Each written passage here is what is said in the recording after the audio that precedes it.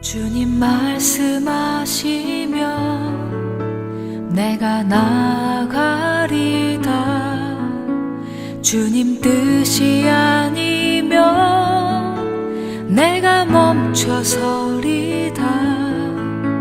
나의 가고 서는 것 주님 뜻에 있으니 오 주님 나를 이끄소서.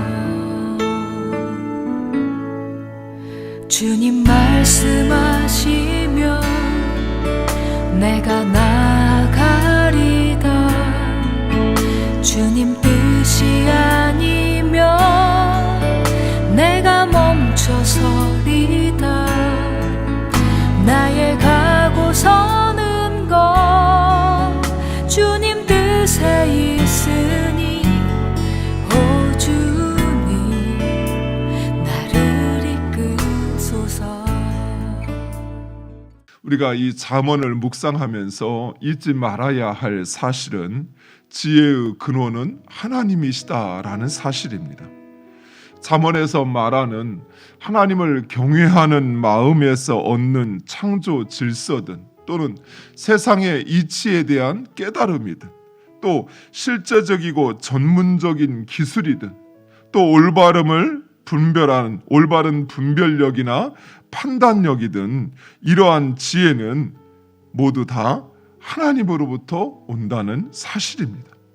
그래서 우리는 이러한 지혜를 배우고 익혀야 하지만 궁극적으로는 하나님께 구해야 합니다. 사람으로부터 또 우리가 듣는 것으로부터 이러한 지혜를 얻기도 하지만 그러나 무엇보다도 하나님으로부터 오는 그 온전한 그 지혜를 구해야 하는 것입니다. 그리하면 하나님께서 주십니다. 야고보서 1장 5절에 너희 중에 누구든지 지혜가 부족하거든 모든 사람에게 후히 주시고 꾸짖지 아니하시는 하나님께 구하라 그리하면 주시리라 라고 말씀하고 있습니다. 또한 이러한 지혜를 얻는 것도 중요하지만 더 중요한 것은 그 지혜에 대한 자세와 태도입니다.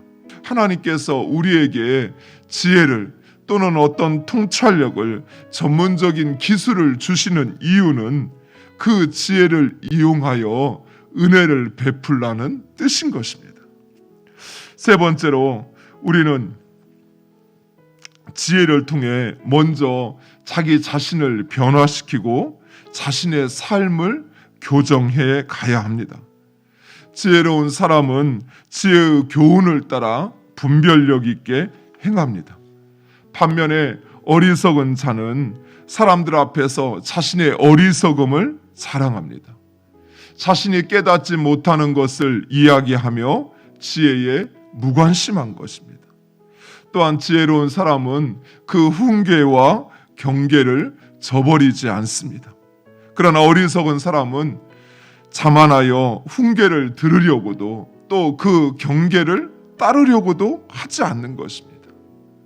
네 번째, 지혜를 따르는 사람은 존영을 얻고 재앙으로부터 사람들을 구출한다라고 이야기합니다.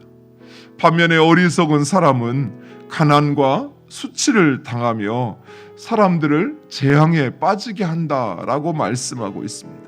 그래서 우리는 무엇보다도 바로 이러한 지혜로운 사람과 함께 해야만 합니다. 지혜로운 자는 그 입에서 하나님의 말씀을 이야기합니다. 자신의 연약함, 자신의 그 문제, 자신의 그 부족함을 고백하며 하나님의 도우심을 구합니다. 그리고 지혜로운 자는 그 하나님의 뜻과 말씀에 살려고 몸부림치는 자입니다. 바로 이런 사람이 지혜로운 사람입니다. 사랑하는 성도 여러분, 지혜로운 자와 함께하면 지혜로운 자가 받는 그 복을 나도 누리게 됩니다.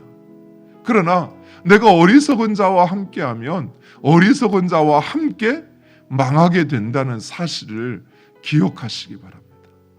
그런데 세상에는 바꿀 수 없는 관계가 있어요. 그 사람이 지혜롭지 못하면, 어리석은 사람이면 그를 멀리하면 돼요.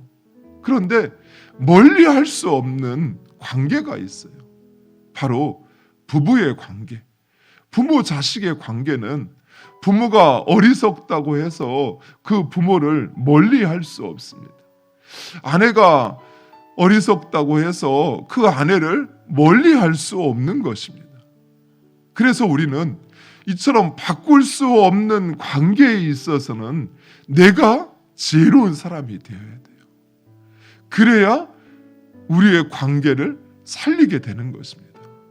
사랑하는 성도 여러분, 우리가 지혜로운 부모가 되어 우리의 자녀들을 그 지혜로운 자가 얻는 그 복 가운데로 인도하는 여러분 되시기를 간절히 축원드립니다.